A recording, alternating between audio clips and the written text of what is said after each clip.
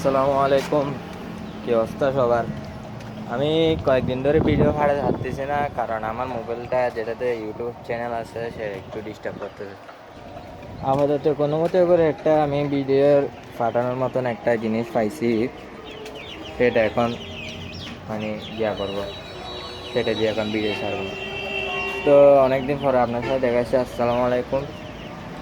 কি অবস্থা? আমি এর ভিতরে অনেক কবুতর আনছি, অনেক কবুতর সেলও করে দিছি। তো দেখেন আমার কতগুলো কবুতর। দেখেন এটা হচ্ছে সিরাজ। এটা একদম ব্রাহ্মা মুরগির মতো, একদম এগুলো অনেক দাম, অনেক দামি মুরগি, এগুলো দামি কবুতর। এগুলো হচ্ছে সিরাজ, এগুলো সেল করার জন্য আনছি। এগুলো সবগুলো নর, ছেলে, সবগুলো ছেলে। এখানের মধ্যে একটা বুড়া আছে, একদম বুড়া। এটা এটা হচ্ছে সবার বুড়া।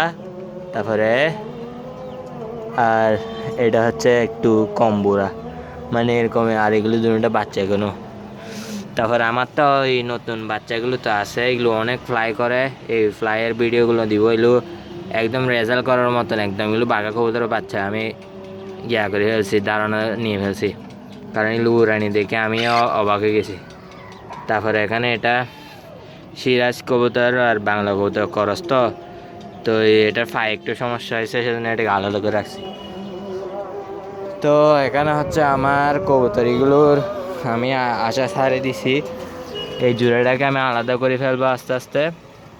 হ্যাঁ, এই জোড়াটা আমার অনেক সমস্যা হচ্ছে, এখন আলাদা করবো, না হলে ঘর আলাদা করে নিচে নামা ফেলবো। এখন দিছি যাচ্ছে মুরগির ডিম।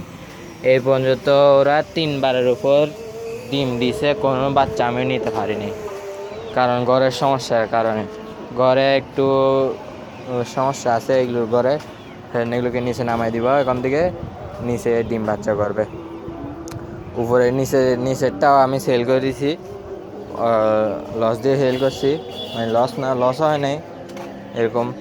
তারপরেও একটু সেল করছি।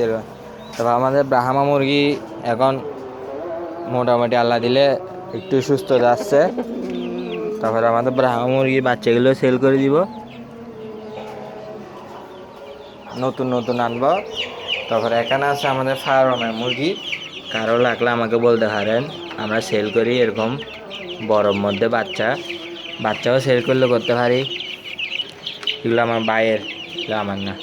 আর এটাও আমার, এগুলো আমি অনেক কষ্ট করে কবুতরে নিয়েছি, দিয়ে ফুটাইছি। এগুলোর মধ্যে আমার মানে দুটোটা ফুটানো যায়, এটা ফুটাইছি একটা নিচে, এটা ফুটাইছি একটা নিচে। এই দুটোটা ফুটানো যায় আমার 2 জোড়া কবুতরের বাচ্চা মারা গেছে, মানে ডিমের মধ্যে মারা গেছে, হয়তো উমের তা কম পড়ছে সেজন্য।